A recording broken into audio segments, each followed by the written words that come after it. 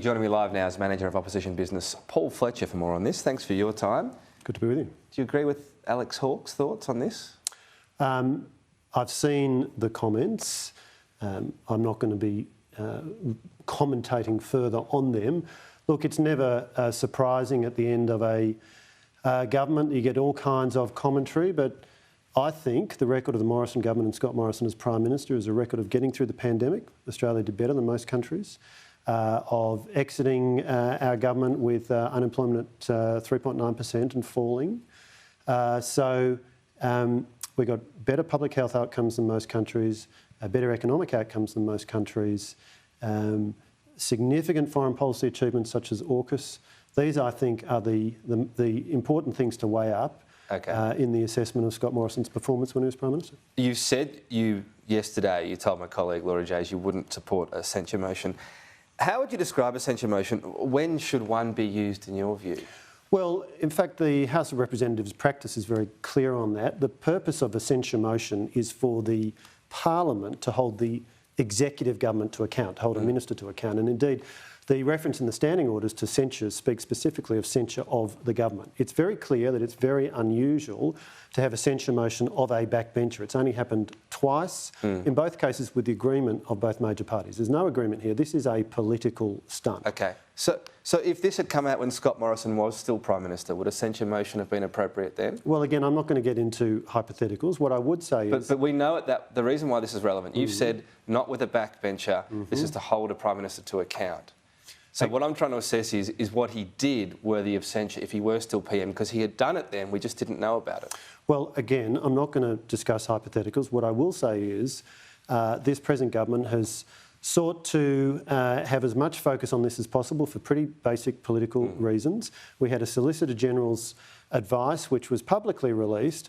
We'd had Labor government ministers going around talking about illegality. It's clear from the Solicitor General's advice, not illegal, not a breach of the Constitution, valid appointments.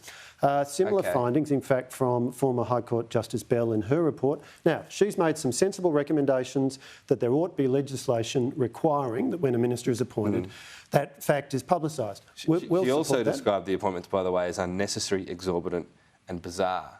Did you agree with that part of her finding? Well, I'll confine myself to findings as to the legal significance of what occurred. Okay. But what I would say is, to the extent there are some policy changes required, they're sensible ones that she's recommended. The opposition would likely support those. We'll have a look at the legislation. Now, it's interesting, the government has known for weeks and weeks that this was the advice first of the Solicitor General, and former High Court Justice Bell wrote to the Prime Minister some weeks ago saying she was proposing to recommend some changes. They could have the legislation ready to go now. That would be a much better use of the Parliament to debate and vote on the legislation making the changes that are recommended. But they haven't done that. They've chosen to engage in what is frankly a political stunt. But you called it again hypothetical. When Scott Morrison was Prime Minister, he had gone about these secret swearings in that he didn't tell anyone about. Would it have been appropriate at that time to move a censure motion against the Prime Minister? Well, again, I'm not going to get into commenting on hypothetical circumstances. But it's not hypothetical. That happened. The only thing missing is we didn't know about it. This is like one of these sort of alternative views of history, you know. No, but it's just that he's going to avoid, possibly he only avoids this sort of censure motion because he kept it secret. That's what seems to be the inference from this.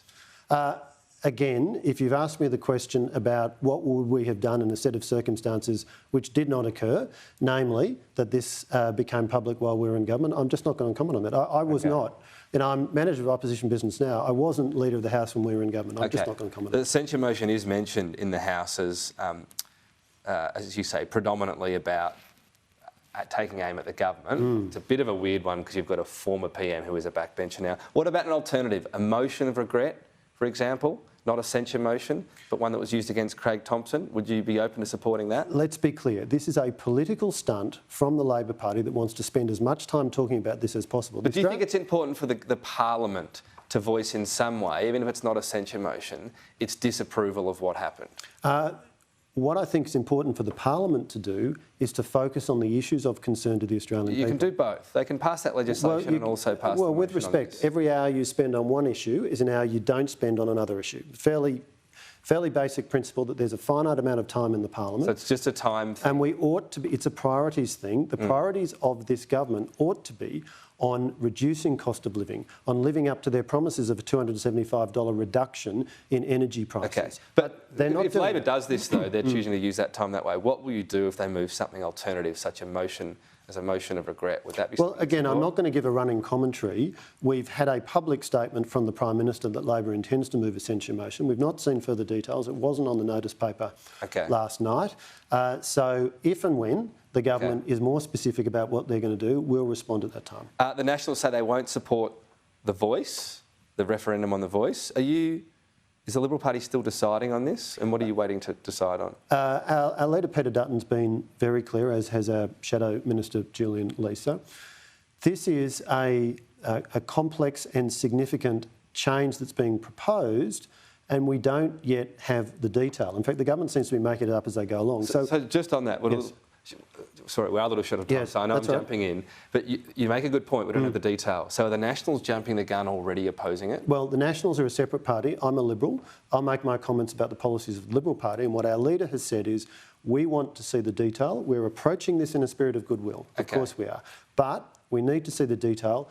We need to see a clear model from the government. We haven't seen that. And that's fair enough, but only 8 out of 44 referenda have passed. You need all the support you can get. Surely if we're going to get this passed, if it's a good thing, once you see the detail, it would be disappointing the Nationals are already ruling out before they see the detail. Well, the National Party is a different party to the Liberal Party. The leader of the National Party has explained that party's position. We've got our own processes in the Liberal Party, and we'll work through those in a systematic way. And that's the point. You're waiting for the detail and doing it systematically. The Nationals are making a decision before the detail. That contrasts with a good process, doesn't it? Well, we're two parties. We're in coalition, but each party carries out its own processes. So I'll leave it to the National Party. They gave a media conference on this yesterday, so they've been pretty transparent in their approach. But the Liberal Party determines our processes, and that's what we'll do. And what you've said is, let's see the detail. That's the wise thing We have to do, said that, yes. which is different to the Nationals. Well, what I've said and what our leader has said, what our Shadow Minister has said is we want to see... Will your party have a party policy view, or a conscience vote is on the table? Well, again, Tom, these are all hypotheticals. We need to see the detail. And frankly, the government's been shifting the goalposts, making us up as they go along. If they are to have, if they are to achieve their objective, what history does teach us, and you rightly make reference to the experience with referendums, is that the Australian people need to see the detail if you are to overcome what from history is a significant burden of persuading a sufficient number of people. Paul Fletcher, it's a busy time for you these days in Parliament, so we appreciate your time. Thank you.